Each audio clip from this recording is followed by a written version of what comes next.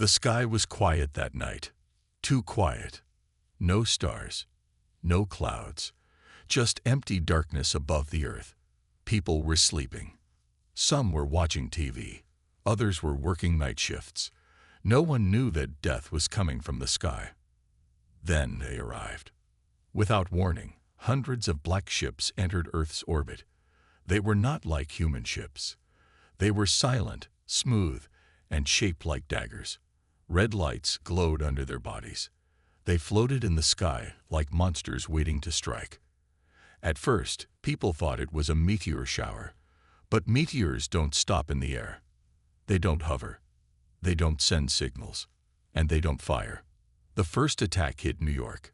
A single red beam came down from the largest ship. It cut through buildings like paper. In seconds, half the city was on fire. People ran, screamed, called for help. But help wasn't coming. Then London fell. Then Tokyo. Then Cape Town. Then Rio. The world was under attack. And no one knew who the enemy was. Governments tried to fight back. Jets were launched. Missiles were fired. But nothing worked. The alien ships had shields. Bullets bounced off like pebbles. Every attack failed. Within hours, Earth's defenses were destroyed. Military bases turned to ash. Communication lines went silent. Satellites were taken out one by one. The enemy spoke only once.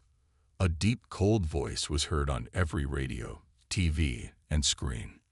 We are the Zorvans. Your world belongs to us now. Kneel or be erased. Panic spread. Some people ran to the hills. Some tried to hide underground. But the Zorvans were everywhere. Giant machines walked through cities, crushing everything. Drones flew in the sky, scanning, hunting. Soldiers with glowing armor and laser weapons moved street by street, clearing out survivors. It wasn't a war. It was a slaughter. Within 2 days, 70% of Earth's population was gone. Some were killed. Others were taken. No one knew where. The Zorvans built towers in every major city. From those towers, they controlled the skies. They used Earth's satellites to watch every corner of the planet. They believed the war was over. But they were wrong. Far away from the cities, deep inside a mountain in Alaska, there was silence. Cold air filled a long, dark tunnel. No light, no movement, only stillness. Then, a door opened. A man stepped out, tall, strong, and calm. His eyes were cold like ice. He wore black armor with no flag, no symbol. Behind him, 5 more followed, all silent, all ready. They were part of Project Thunder, a secret program built for Earth's worst day, a program that even world leaders had forgotten. These were not normal soldiers. They had been trained in isolation, tested in pain, built for one purpose: to fight when all hope was gone. For 10 years, they had waited in that bunker, watching, preparing, training. And now, the time had come. The leader of the squad, Commander Reyes, looked at a glowing map on the wall. Red dots showed every Zorvan base on Earth. He spoke only once. We start tonight. At a Zorvan control base in what used to be Paris, an alien officer looked at the sky. He laughed. Earth is weak. Too easy, he said to his team. Suddenly, all the lights went off. The screens went black. The doors locked. Panic started. Before anyone could move, a shake dropped from the ceiling. Fast and silent. A scream echoed. Then silence. The officer turned. Behind him, in the darkness, something moved. He tried to raise his weapon. But it was too late. A human figure stepped out of the shadows. Armor black as night. Eyes glowing white. In one move, the alien fell. The figure said one word: thunder. All over the planet, 6 shadows moved like ghosts. Bases were hit. Towers were destroyed. Zorvan patrols disappeared. The aliens were confused. Who is doing this? They asked. No answer came, just more attacks. The fear began to grow. The Zorvans thought Earth was finished. They thought victory was theirs. But they had forgotten one thing. Earth never surrenders. And now, the real war was about to begin. The world was burning. Alien ships hovered above cities, their red lights glowing like eyes watching over their prey. Earth's skies, once bright and filled with stars, now held only darkness. Humanity had been crushed. Hope was slipping away. But deep below the surface, far from the destruction, something was stirring. In a hidden facility under the frozen mountains of Alaska, Project Thunder had remained untouched. It had always been waiting for this moment, when the world fell silent, when Earth's last breath seemed near. That's when it would wake. And now it was awake. In a dimly lit room, heavy doors slid open. The sound echoed, harsh and sharp in the silence of the underground base. A tall man stood at the entrance. His face was cold, his eyes sharp like a hawk. Commander Reyes was the leader of Project Thunder, and it was time for him to lead again. He looked around. The walls were lined with old, dusty equipment, machines that hadn't been touched in years, but everything was still running. Quietly, efficiently. No one had ever expected it to be needed, but now it was. The room was full of soldiers. All around him, they stood, silent, focused, ready. Each of them was more than human. They had been changed, enhanced, trained, and now they were Earth's last line of defense. The soldiers had been genetically modified. Faster, stronger, smarter. Their minds had been sharpened with years of training. Their bodies had been pushed beyond the limits of what humans could endure. They weren't just warriors. They were Earth's final hope. "We start now," Reyes said, his voice calm, but full of purpose. Behind him, the soldiers moved like shadows. Without a word, they gathered their weapons, high-tech rifles, knives, and armor that had been specially designed to blend into the dark. Reyes pressed a button on his wrist. A holographic map appeared in the air, showing the positions of Zorvan forces across the planet. The Zorvans had set up their control bases in every major city, thinking that Earth was theirs for the taking. But Reyes knew better. "They think they've won," he said, "but they don't know what's coming. Earth's warriors are still alive, and we're going to make them wish they never landed here." Across the globe, the Zorvans felt their victory was certain. Their cities were built, their soldiers patrolled, and their weapons were in place. No one on Earth could stand against them. But in the distance, something had begun to change. A Zorvan general stood in the control room of one of the largest towers in New York. He looked out at the city, his green skin glowing under the lights. His soldiers were everywhere. The Earth's people were broken. "We have them now," he said to his officers, his voice low and confident. "The humans are no longer a threat." But just as he spoke, the lights flickered. The screens went black. A chill filled the room. The general's eyes narrowed. Something was wrong. He tapped the controls, trying to restore power, but nothing worked. Then, the sound of footsteps echoed through the walls. "What's happening?" one of his officers asked nervously. Before anyone could respond, the air became thick with tension. Someone was coming. Then, a figure appeared in the doorway. A man, wearing black armor, stepped into the room. His helmet reflected the green light of the Zorvan tower. He didn't speak. He didn't need to. With one swift motion, he pulled out a glowing knife and silenced the nearest soldier. It happened too fast for anyone to react. Panic broke out. "Thunder," the warrior whispered under his breath. The general tried to raise his weapon, but it was already too late. The warrior moved like a shadow, faster than anyone could track. In a heartbeat, the Zorvan general was on the floor, his life gone. The warrior didn't pause. He turned and left the room, leaving nothing but chaos behind him. Back at the Project Thunder base, Reyes stood in front of a massive screen, watching the feed from the Zorvan control center. He nodded slowly. The first strike had been a success. "This is only the beginning," he said to his team. "They have no idea what we're capable of." One of the soldiers, a woman named Nara, stepped forward. Her eyes were fierce. "What's next?" Reyes didn't hesitate. "We hit their supply lines, their communication towers. We tear down their defenses. We make them fear the dark." As Reyes finished speaking, a deep rumble shook the walls of the underground base. It was the sound of something huge moving in the distance. Outside, their ships were ready to launch.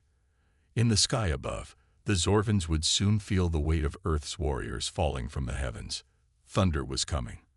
And this time, it wasn't just a storm. In a secret chamber, deep within the Project Thunder base, a large metal door opened. Inside, the soldiers of Earth stood, ready for their mission. They would not rest until every Zorvan invader was driven from their world. And as the door closed behind them, they prepared to return to the surface. The thunder had awakened. The night was still. The stars above the Earth flickered quietly in the cold, dark sky. Beneath them, on the surface of the planet, chaos still reigned. The Zorvans ruled the cities, their towering structures casting long, dark shadows. But something was different now. The silence wasn't as peaceful as it once was. Something was coming. And it was not from the Zorvans. At the Zorvan Command Center in Paris, General Kor stood before a holographic map of the Earth. He was tall, with sharp features and an air of arrogance. The map showed Earth's remaining survivors, fleeing in the mountains, hiding in the forests. It also showed the human resistance movements, scattered across the globe. The Zorvans had already crushed most of them, but there were still whispers of resistance. And that worried Kor. "We have done everything," he said to his officers, his voice cold. "The humans are weak. We have crushed their armies. They hide like insects. Soon, Earth will belong to us completely. But there is something strange." His second in command, Officer Tria, looked up from the console. "General, you suspect the humans are planning something." Kor's eyes narrowed. "I don't know, but there have been strange reports. We've lost contact with several of our outposts. Our drones are being destroyed. And these strange rumors about thunder." Tria blinked, unsure. "Thunder. Sir, is that a code?" "No," Kor said slowly. "It's a warning." Far from the command center, deep underground, the Thunder Warriors were ready. Their mission was clear. No more hiding. No more waiting. It was time to hit back. Commander Reyes stood in the middle of a darkened room, surrounded by his team. Each of them stood tall, their faces hard and determined. The war had already started, but this would be the first true strike back against the Zorvans, the beginning of their revenge. Reyes turned to his team. "Tonight, we hit their supply lines. We destroy their fuel stations, their weapon caches, and their communication towers. They think we are ghosts. Let's show them we are something much worse." The team nodded. Nara, one of Reyes' best soldiers, stepped forward, her face calm but focused. "It's time to remind them that Earth is not finished, that we will fight." Reyes smiled, a rare, cold smile. "Exactly. We do it fast. We hit them hard. We leave them no time to react." The warriors moved quickly, gathering their gear. They didn't need to talk much. Each of them knew their role. The Zorvans had underestimated Earth. They would pay the price for that mistake. Across the planet, the Zorvans were unaware of the storm that was coming for them. In New York, a Zorvan officer stood in front of a large screen, monitoring activity. He saw a small red dot on his map. A human base, or what used to be a human base. "Report," he ordered. One of his soldiers looked at the data. "It's gone, sir. The base is completely destroyed. We have no explanation." The officer frowned. "We cannot allow this. Call for reinforcements." But before he could finish his sentence, the lights flickered. Then they went out completely. The officer's heart raced. "What is this?" There was a sound, a heavy, low rumble. From the distance, it was a sound they knew well. Thunder. In the skies above New York, the Thunder Warriors descended from orbit. Their drop pods streaked through the air like meteors, crashing down into the ground with terrifying speed. The Zorvans never saw them coming. Ray's voice came over their comms. "Strike fast. Don't let them regroup." As the pods hit the ground, the warriors sprang into action. Nara's pod landed first. She rolled out, her black armor blending perfectly with the night. Her rifle was in her hands before she even touched the ground. She fired twice. 2 Zorvan soldiers fell to the ground, dead before they even knew what was happening. In seconds, the warriors were everywhere. They moved like shadows, faster than any human could ever be. Zorvan patrols tried to respond, but the warriors were already gone. One by one, their weapons went silent. Nara didn't stop. She planted explosives on the Zorvan communication tower, then ran to the next objective. Back in the Zorvan command center, General Kor watched in horror as his screens began to flicker. Messages came in from all over. Zorvan forces under attack. Base destroyed. Communications offline. "What is happening?" Kor shouted. Treya quickly checked her console. "General, the humans. They are attacking our supply lines. Our towers, our soldiers, are being killed." Kor stood still for a moment. Then a thought crossed his mind. "Thunder," he whispered. "What does that mean?" Treya asked. Kor turned sharply. "It means we are not in control anymore." The Thunder Warriors were relentless. They had one mission: to hit the Zorvans where it hurt. And they were succeeding. The Zorvans were beginning to panic. They thought they had broken the humans. They thought they had won. But the Thunder Warriors were not finished. Ray stood at the top of a building, watching as his team wiped out the last of the Zorvan patrols in the area. He looked out at the burning ruins of what had been a Zorvan supply depot. "They wanted Earth," Ray said softly, "but they didn't understand what happens when you wake the storm." As the fires burned brightly in the distance, he knew this was only the beginning. The Zorvans had thought they were in control, but now the tables had turned. Earth was rising. The stars above Earth were not peaceful anymore. What once gave hope to dreamers now brought fear to invaders. In the darkness of space, the Zorvan motherships floated silently. Massive, black, and deadly, like sharks circling their prey. These ships were the heart of the invasion, where Zorvan leaders controlled everything below.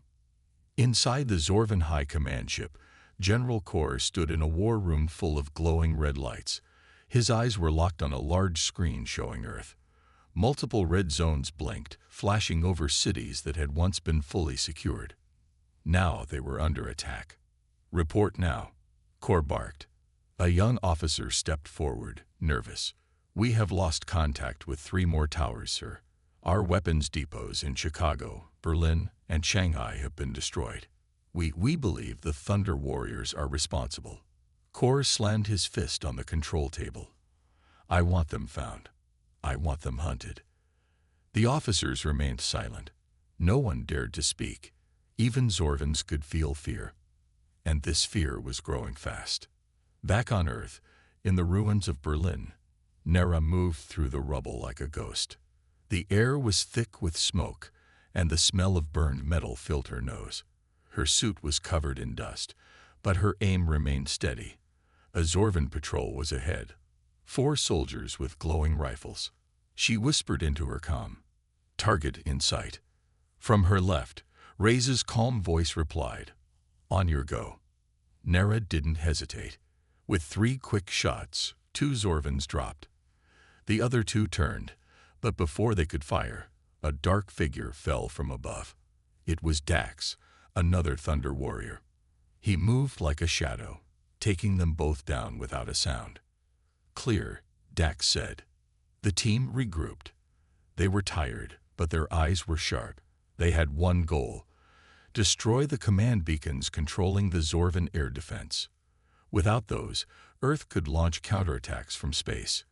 And maybe, just maybe, win this war. "We're making them nervous," Nera said, loading her weapon. Reyes nodded. "Good. Fear makes them weak." Meanwhile, far above the planet, in the cold silence of space, something terrifying was happening. The Zorvans were calling for reinforcements.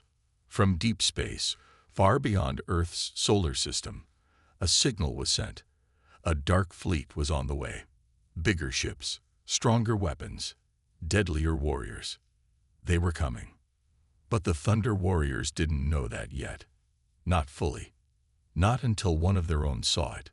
At a hidden satellite station in orbit, a lone Thunder operative named Sarah monitored the stars. She was quiet, focused, and trusted with Earth's last active space scanner. Suddenly, her screen lit up. Massive heat signatures, hundreds of them, moving fast, heading straight for Earth. Her eyes widened. This isn't just a battle," she whispered. "This is an invasion wave, a second one." She quickly sent a signal down to Reyes. At their base, Reyes stared at the new data. "New ships?" Dax asked, frowning. "Not just ships," Reyes replied. "A whole fleet, bigger than the first." The room fell silent. Nera stepped closer. "We don't have enough warriors to stop another full-scale attack. If they land, Earth falls." Reyes looked around at his team. This was the moment. The point where many would give up, but not them. "No," he said. "They won't land. We'll take the fight to them." That night, under the cover of darkness, the Thunder Warriors began their boldest mission yet. A strike into space. Using stolen Zorvan tech, they launched small, fast ships. Unseen. Undetected. Their target, the Zorvan High Command ship. Their mission, destroy its brain and cut off control from the incoming fleet. As their ships entered the cold silence of space, the Earth below grew smaller. And in front of them, the monster waited. The Zorvan flagship floated like a sleeping giant. Silent. Deadly. But not for long. Inside, General Kor was preparing for the arrival of the second wave. But then, alarms started to scream. "Unidentified ships approaching," a Zorvan guard shouted. "Shoot them down," Kor ordered. But the Thunder ships were fast. Smaller than anything Zorvans had seen. They zipped through defenses, dodging lasers and slipping past scanners. They landed. And when the doors of the ships opened, the real fear began. Thunder Warriors stormed the halls of the flagship. Reyes led the charge, his weapon glowing with blue light. They moved like lightning, striking fast, disappearing into smoke. Zorvan guards tried to stop them, but it was like fighting shadows. One by one, the control systems were disabled. Lights flickered, doors locked, chaos spread. In the command room, General Kor watched the horror unfold on screen. "They've come here. To our ship," he said, almost in disbelief. "General, we must evacuate." An officer screamed. Kor's face twisted in anger. "No, we stand. We fight." But as the doors exploded open and Commander Reyes stepped through with his team, his armor glowing, eyes burning, Kor knew. The fear was real now. Back on Earth, in the broken cities and dark forests, people watched the sky. They saw flashes of light far above, explosions in the stars, and for the first time in weeks, they cheered. Something had changed. Fear had moved. It had left the hearts of humans. And now it was rising in the hearts of their enemies. The stars were no longer silent. In the vast emptiness of space, explosions lit up the dark like fireworks. Bright, violent flashes that rippled outward, signaling a battle that could decide the fate of two worlds. The Thunder Warriors had made their move. They had struck the Zorvan mothership, deep in the heart of their fleet. And now, the storm was about to break loose. Inside the Zorvan High Command ship, chaos reigned. The control room was a mess of flashing alarms, warning lights, and panicked voices. General Kor's fists slammed down onto the table, shaking the holographic maps. How are they getting past our defenses? He demanded, his voice strained with disbelief. These humans, these monsters, they're everywhere. Around him, Zorvan officers scrambled to take control of the situation, but it was clear the ship was slipping away from their grasp. They've breached the command core, one officer shouted. We've lost connection with the Second Fleet. Weapons systems are offline. The general's eyes flickered in fury. His pride, his perfect plan, was falling apart. But even in this chaos, a thought gnawed at him. Something was wrong. They're not just attacking us, Kor muttered, pacing. They're drawing us out. They want to trap us. He turned to his officers, his voice hard and cold. We don't run. We fight back. They think they can break us. Let's show them what it means to fight a true war. Meanwhile, aboard the Thunder Warrior flagship, Commander Reyes stared out at the chaos unfolding in space. His team had already made it to the heart of the Zorvan mothership, disabling their command systems and creating confusion. But this was only the beginning. They had struck hard, but now they needed to get out, and fast. He turned to his team. We've hit them. They're wounded, but they won't stay down for long. The Zorvans will call in reinforcements. We need to act now. Dax, one of the fiercest warriors in the team, stepped forward. We don't have much time. If we don't leave now, the rest of their fleet will sweep us away. Reyes nodded grimly. Exactly. We've crippled their command ship. Now we do what we came for. Make them fear Earth. Show them that we're not finished. He turned to Sarah, their communications expert. Is the signal ready? Sarah's eyes were glued to the screens. Ready. The distress signal is sent. The rest of Earth's forces will know we've struck. They'll rise up. Good, Reyes said, turning back to the view of the Zorvan mothership. Let's go. The warriors moved quickly, not wasting a single moment. They didn't need to speak. Each of them knew their role. As they made their way to the escape pods, explosions rocked the Zorvan flagship. Reyes' eyes flashed with determination. Let's show them what happens when you make a mistake. Back on Earth, far below the heavens, the effects of the Thunder Warrior's strike were beginning to take hold. The resistance had been growing stronger, and Earth's people, those who had survived the initial Zorvan invasion, were now ready to rise. Cities that had once been under Zorvan control were now rallying points for the last of humanity's defenders. The warriors in the shadows had become heroes in the eyes of the survivors. In Africa, a leader of the resistance, Kofi, raised his fist to the sky, watching the explosions in the distance. This is it. We fight for our home. In South America, Maria, another resistance leader, gave orders to her group of fighters. We strike now. While they are weak, we make sure they feel our wrath. And in the shattered ruins of New York, survivors, once cowering in fear, began to move toward the heart of the city. The thunder signal had gone out. The call to arms was clear. Back in space, the Zorgans had finally regained some control, but their victory came at a high cost. General Kor stood in the command room, his face twisted with anger and disbelief. They think they've won, Kor spat, his eyes burning with fury. They've crippled our fleet, but we still have the strength to crush them. He turned to his officers. We will not lose to these primitive humans. We will destroy them. Full fleet deployment. Move in and wipe them from existence. But even as Kor gave his orders, the dark truth was sinking in. Earth was no longer weak. The Thunder Warriors had shown them that. The Zorvans, once confident they could conquer any world, were now questioning everything. What if Earth could fight back? What if the humans were more than just an easy target? On Earth, as the resistance forces mobilized, Reyes and his team made their escape from the Zorvan flagship. They boarded their ships and blasted off into space, just as reinforcements from the Zorvan fleet began arriving.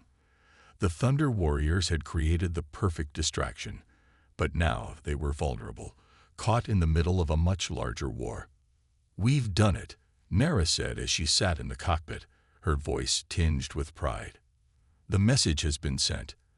The Zorvans know we're not afraid anymore. Reyes nodded. But this is just the beginning. They'll come for us. They'll come for Earth. And when they do, we'll be ready. Back on the ground, as resistance forces in cities across the globe began to fight back with newfound strength, Earth's warriors knew the storm wasn't over. It was only beginning. The Zorvans had thought Earth was an easy target. They thought the humans were weak. But as the Thunder Warriors had shown them, Earth was not to be underestimated. Now, with the full force of the human spirit rising, it was the Zorvans who would feel the terror of the coming storm. The final battle had come. Above Earth, the sky burned with fire. Zorvan ships blocked the sun. Thousands of them, black metal giants floating like angry gods. Their weapons charged. Their orders were clear. Destroy Earth. Leave no survivors. But this time, Earth was ready. In a hidden underground bunker below the snowy mountains of Norway, Commander Reyes stood before a large screen. His armor was scratched, his face tired, but his eyes were focused like steel. He looked at his team, Nara, Dax, Sarah, and the others. Each of them had survived battles that should have killed them. Each of them had watched their world fall apart, but none had given up. This is it, Reyes said. They've sent their whole fleet, everything they've got. They think this is the end of Earth. He paused, looking each warrior in the eye. They're right. It is the end, but not for us. For them. The room fell silent. Then Nara stepped forward. Let's end this. On the surface, Earth's resistance had united. All over the world. Africa, Asia, Europe, the Americas. Humans rose up like never before. Farmers picked up rifles. Engineers turned machines into weapons. Children carried messages through burning streets. They weren't fighting just for land. They were fighting for their future. In space, Thunder Warrior ships formed a tight fleet around Earth's orbit. They were small compared to the Zorvan Armada, but fast, deadly, and full of fire. Reyes' voice came over the comms. We hold the line, no matter what. The battle began. Zorvan ships opened fire. Blue beams of energy cut through the darkness. Explosions burst like fireworks. Thunder ships darted between them, striking back hard, hitting the enemy where it hurt. Inside one of the Zorvan warships, General Kor watched the battle unfold. His face was tight with anger. They're fighting harder than ever, he growled. Why? Why do they resist this much? An officer beside him spoke quietly, almost afraid. Because, sir, they're fighting for home. Down on Earth, a different battle raged. Zorvan ground troops stormed cities again, but this time, the humans pushed back. In the streets of Paris, resistance fighters used homemade explosives to trap enemy walkers. In New Delhi, survivors hacked into Zorvan drones and turned them against their masters. In Brazil, a young boy named Tiago led a group of orphans through the rubble, guiding wounded fighters to safety. Hope had returned. High above, in the final moments of the space war, Reyes made a bold decision. We need to end this, he said. We go for their power core, the heart of their fleet. If we destroy it, their whole system collapses. But it's suicide, Sarah warned. It's buried deep inside their flagship. Reyes looked at her. We've already given everything. One last move, to save everyone. The Thunder Warriors knew what had to be done. They flew straight into the storm. Zorvan ships closed in. Missiles flew. Shields broke. One by one, Thunder ships fell. But they kept going. Inside the enemy flagship, Reyes and his team blasted their way into the reactor chamber. Smoke, fire, screams. Everything around them shook. Dax planted the charges. We set the timer for 5 minutes. That's all we get. They turned to leave, but the door exploded open. General Kor stood there, weapon raised. This is my empire, he shouted. You think you can destroy it with hope? Reyes stepped forward. No, we destroy it with courage. The two leaders charged. Blades clashed. Sparks flew. It was not a long fight, but it was fierce. At the end, Ray stood over the broken body of the Zorvan general. Then he looked at the countdown. 0:57, 0:56. The Thunder Warriors ran to their ship. Engines roared. The flagship began to collapse behind them. Fire chased them like a demon. With one final push, they escaped, just as the entire Zorvan mothership exploded in space. A blinding light filled the sky. Then silence. Down on Earth, people watched as the enemy ships in the sky began to fall. One by one, they shut down, crashing into oceans and deserts. The Zorvan fleet was gone. Earth had won. Days later, on a quiet hill, survivors gathered. Commander Reyes stood at a small monument. The names of the fallen were carved into stone. Friends, fighters, heroes. Behind him, the earth was slowly healing. Cities would be rebuilt. Forests would regrow. Children would play again. But no one would forget what had happened. Reyes looked to the sky, now clear and blue, and whispered, "They thought we were weak. They thought they could take our world. But they were wrong." He turned to the people behind him. "We are Earth's warriors, and we do not fall.